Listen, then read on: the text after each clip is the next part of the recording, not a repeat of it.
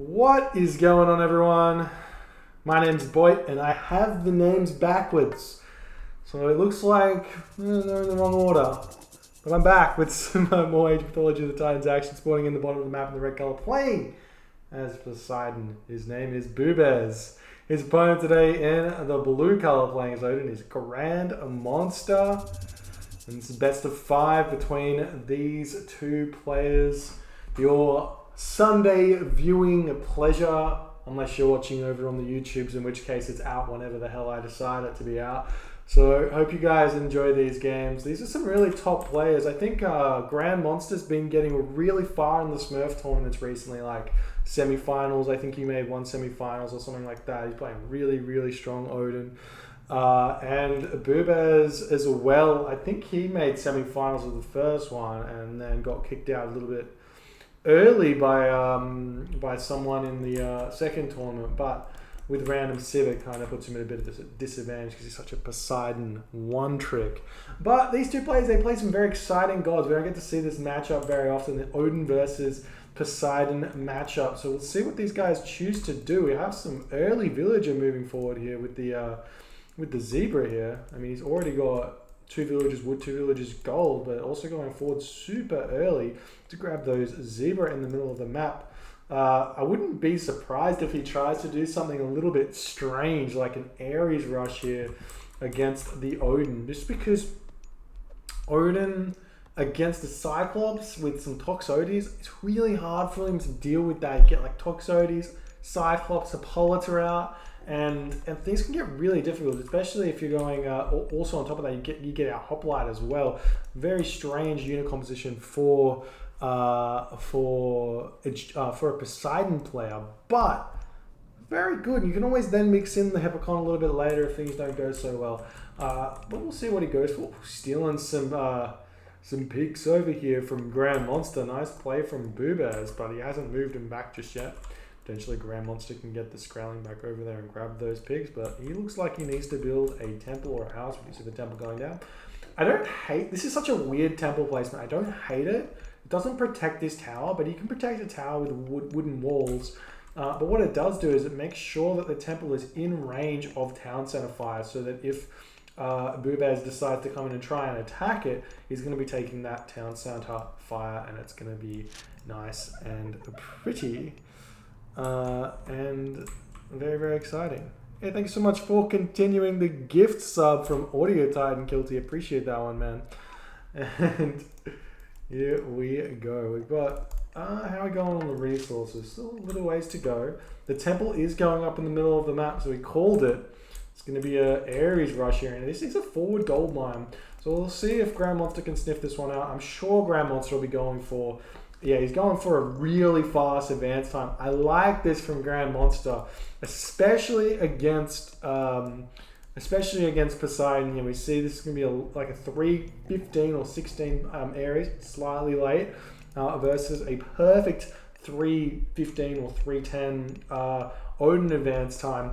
Hopefully he's going to see the Ares come out just after he advances, so hopefully he doesn't put down his longhouses immediately and sees the Ares and then decides to just chuck the barracks over on the other side of the map. He's getting out some early Hersa as well. I love that. This relic here getting grabbed there. The 15% building hit points, nothing to be sneezed at.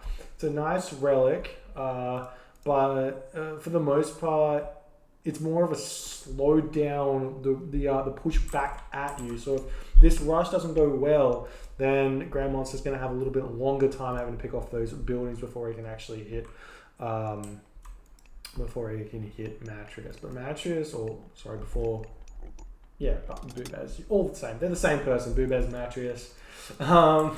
We do have the Valkyrie coming through. There is Ares, and the Longhouse is not far enough away from this. He's going to be spamming it up though, trying to get that one out as soon as he can. We are going stables here, so it's going to be Cyclops, Hippocon, Theseus. He doesn't have much in the way of favor in the bag, and we do see the forest fire immediately getting thrown down. It does give him access to 2 militia, which, while you might say, 2 militia is not that bad, 100 100 hit points and 7 attack damage is nothing to be sneezed at. It's almost a hoplite.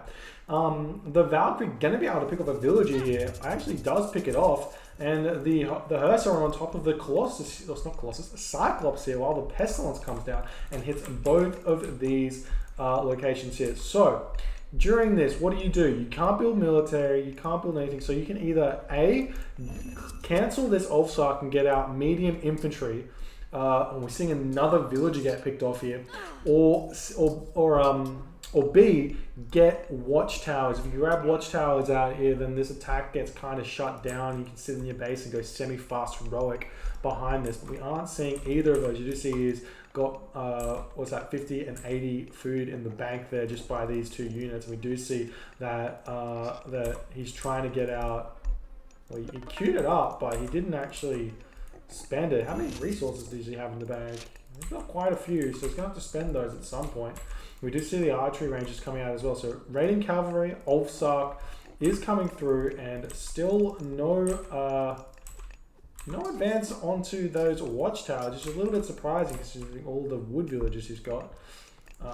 He's got enough to get it, so we'll see if he grabs it or not. The Cyclops is on top of here. Oh, raiding cavalry. You need to make sure you don't run into that Cyclops with the raiding cavalry. Make sure you get your Herso onto this one, but this is going to be difficult for him to fight here. This is a nice army composition currently for Bubez. He's going to be able to take out a lot of these units nice and cleanly here, but the units are running in. Herso should you should send like one Herso onto the Cyclops. He's trying to, with nice pathing blocking there. Herso coming out and going to be jumping straight onto that Cyclops there, and Matrius or Bubez running that one away as these Herso not quite microwing to the best of their ability. Need to get rid of that Cyclops, which he has managed to do here.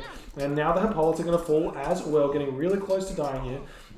We do have the supply at 41 to 35, so GrandMonster in a pretty good position here, managing to pick off a lot of that stuff, and I think the Valkyrie died over here at some point. But we'll see. We'll see if he can manage to survive here. He needs to throw up more houses, keep getting the units out. This is going to be a difficult one for him to hold on to. He's got villagers over here gathering from Hunt, which aren't being touched here, so that's really good for him. I'm going to move back in and build this house.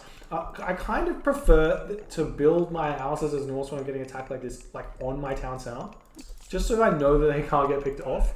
Like you can set but I guess this does protect the temple fairly decently, so it's not a bad idea.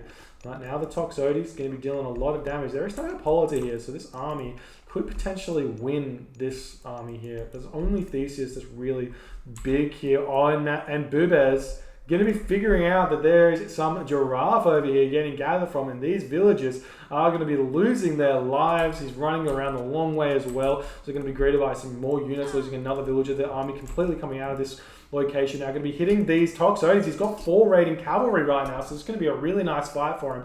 And the Ulfsark here as well can jump onto those Hippocon and deal a significant amount of damage.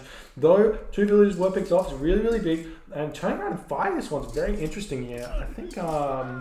I think this is not the best choice right now. This army from the Odin player is really, really big. Those raiding cavalry on top of the Toxotes as well is going to be gigantic. The villagers coming off the food now going to be helping in this fight as well to just help completely win that. And he doesn't lose any HP on those villagers. And the rest of those Poseidon army units are falling. And that's going to be really, really good for GrandMonster at this point. So we'll see where he can go here, but he definitely needs to run away these villagers. He doesn't have many pigs at all, so he's going to be in a bit of a predicament. I mean, he's got these rhino over here, which he can run to, which is going to be a really good source of food for him, but he cannot really build farms just yet. It looks like he's, oh, should I tell a lie? He's got 500 wood in the bank. Definitely can transition into those farms, but it'd be better to run onto the rhino first if he can. But we are seeing him struggling to build these units at the moment, sitting at 0% of those raiding cavalry for just a little bit. They do take a really long time to build. At this point, it may not be a bad idea to start trying to raid. And he is running around with the Ulfsark. He's actually going to be able to pick off a villager here.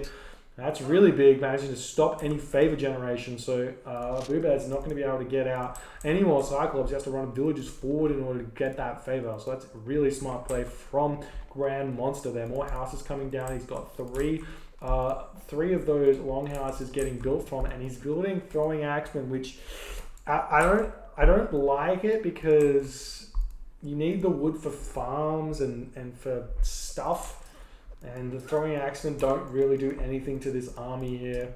While the Hippocon do have 10% hack armor, the throwing axemen only do 4.5 damage. So it's really not that much. And now we are moving over onto this gold mine.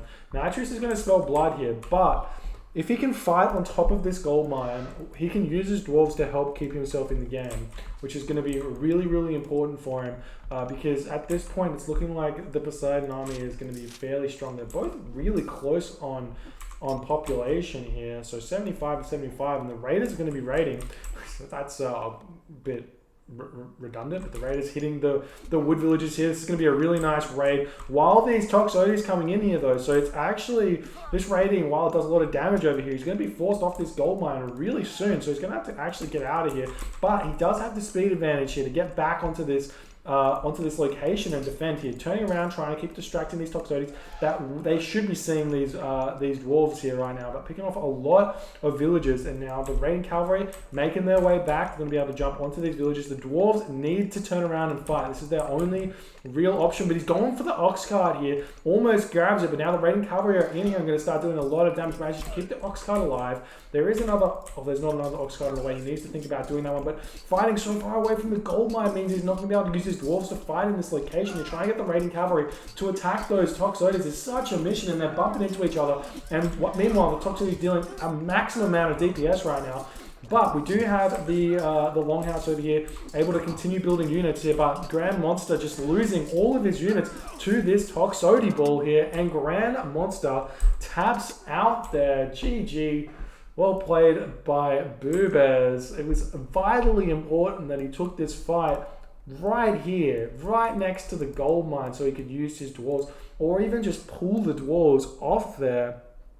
If he grabs those dwarves off of that gold mine, runs them in, and start taking down that Greek army and causing some real havoc, because the dwarves, they have 8 damage, and that means the same damage the villagers have. They have a little bit more HP on them, 75, 10 HP, which means they stay alive for a lot longer.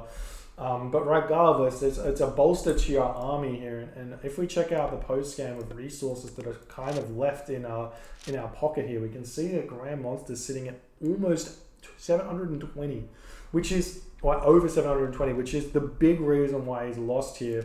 And he needed to get medium upgrades. He needed to get more units basically, or get to the heroic age before this happens. Those were those options there. But GG's, we'll give Bubez his first victory and move on to game number 2.